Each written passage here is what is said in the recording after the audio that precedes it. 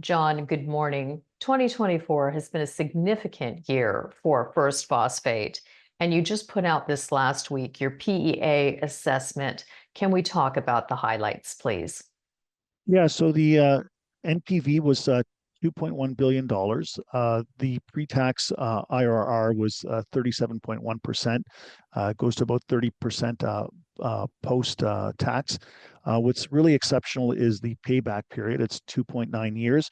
And we have a mine life of 23 years, and it produces 900,000 tons of apatite, which, when you look at that, that's about 350 gigawatt hours of LFP cathode active material, which is about 700,000 tons of LFP cathode active material.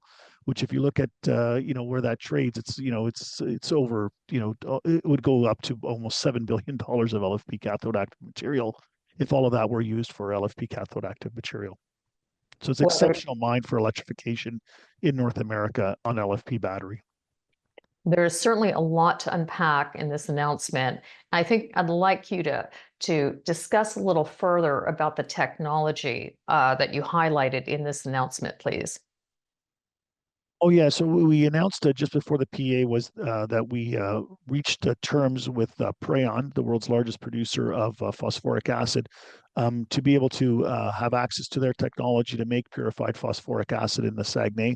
So that was really important. That's a very important piece of the puzzle, to have the technology that is proven to take that apatite, that phosphate from the mine, and to bring it to its secondary transformation, which is to make phosphoric acid. And we're also have engaged with the largest and most focused company in the world on the engineering side for phosphoric acid plants, which is Balestra out of Italy. They work around the world, and they work very closely with Prayon. Okay, well, there's several collaborations I'd love you to touch upon. Let's go back to the PEA. There was a great deal about the collaboration with the First Nations on this project. Can you discuss this a little further, please? Yeah, so the First Nations in the area, based out of the area of Mustayash, which is the reserve area, is very entrepreneurial, and they're involved in a lot of new energy projects. For instance, they're partners with Hydro-Quebec in a 3,000 megawatt wind project, just about not even 100 kilometers from our mine. That would be the second largest wind project in the world, just to give you an idea of how forward looking this First Nation is, and especially into renewable energy. So that same First Nation is our collaboration partner. We have a very close relationship with them, and if you look back into our collaboration agreement from April of this year, they've made it very clear that they wish to become involved financially as partners in everything that First Phosphate does. So we are progressing along those lines to bring them into this. Now that we see that there's tremendous economics on this project, and you also have to be able to connect lines, right? Like LFP batteries are what is used to store energy that comes off of wind turbines, and they're going to have the second largest wind turbine project in the world. So it is the chief's dream as well to be able to develop battery cells, and hopefully batteries and energy storage batteries to tie everything together on their territory, which I think is just a wonderfully empowering and inspirational future vision of the First Nations and for the country. With everything that's happened in this last year, John, have you had chance to really assess some of the most critical moments in milestones for First Phosphate? Because, I mean, the news flow has been incredible.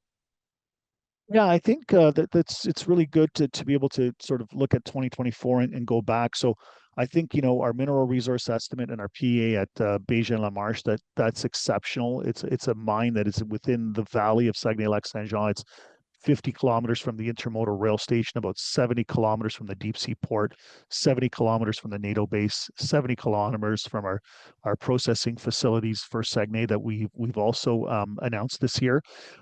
So I mean, just Bégin-Lamarche in terms of project feasibility, project acceptability, partnership with the First Nations, logistics, profitability on the mine, big milestone.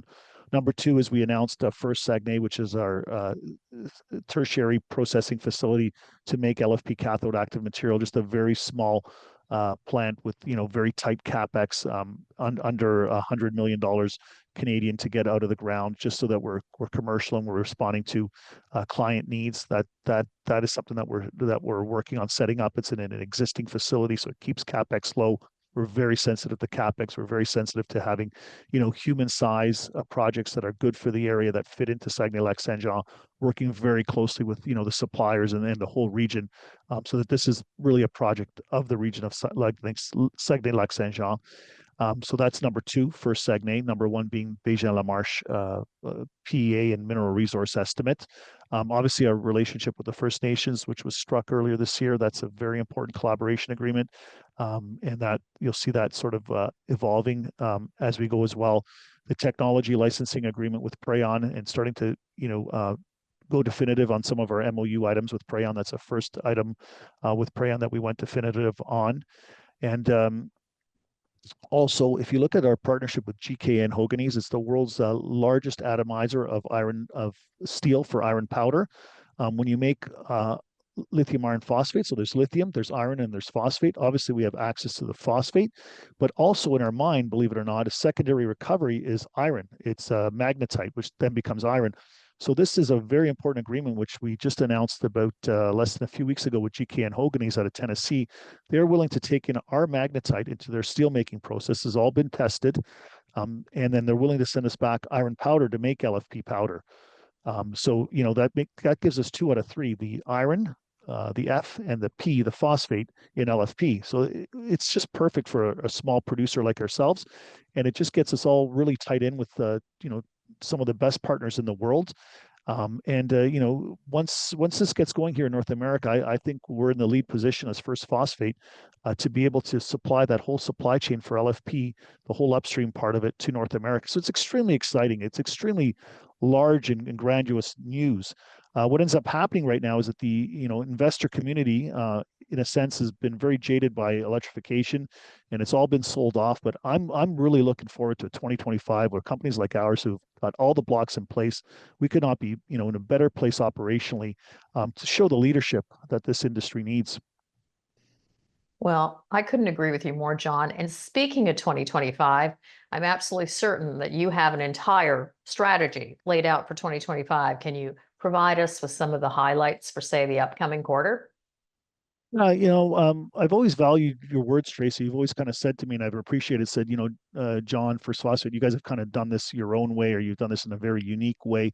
And we have. If you see what we've done in 2023, 2024, and even 2022 as we were being founded, we've laid out the basis of what is to come. We set up all the relationships. A lot of them were MOUs. They were all with, the best of breed, locally, nationally, internationally. Our whole footprint and our whole strategy has pretty much been laid out. If anyone takes the time to go through our news release section, our MOU partner section on our website, now you're going to kind of see a time when all of that starts to become real. It all starts to go definitive. We start to really lay out, the makings of a mine, the makings of downstream processing facilities, offtake agreements to go final, and really bringing this together, and people really seeing that, what we are building here, an integrated downstream sort of technology company based on a mine that gets us from, the phosphate, the iron powder, to LFP cathode active material and everything in between, and really responds to the needs of electrification from North America. Something very unique. It's not just a mine, it's not just a technology company, but it's a fully integrated mine to technology company. If you were to look at us, something like, Mosaic or Nutrien in the fertilizer space, they go from, mines of potash, phosphate, and, production of fertilizers, all the way downstream to selling you a bag of fertilizer. Well, that's what First Phosphate wants to be to the LFP battery industry, starting from the mine all the way to the production of the LFP cathode active material that then goes into the battery. It seems like a big project, but it's the right project, and the vertical integration is what has made these companies great. We're starting small on all scales, but we believe that building one brick at a time here, like we've done, and continuing to do it, being very diligent, very operationally sound, we're going to get there. And I think that those embryos are now developing into something very strong here at First Phosphate. And of course, if anyone can achieve these milestones and actually exceed expectations, it's going to be First Phosphate. For everybody interested, please go to their website listed on the screen. Thank you, John. Thank you, Tracy. Always appreciate it.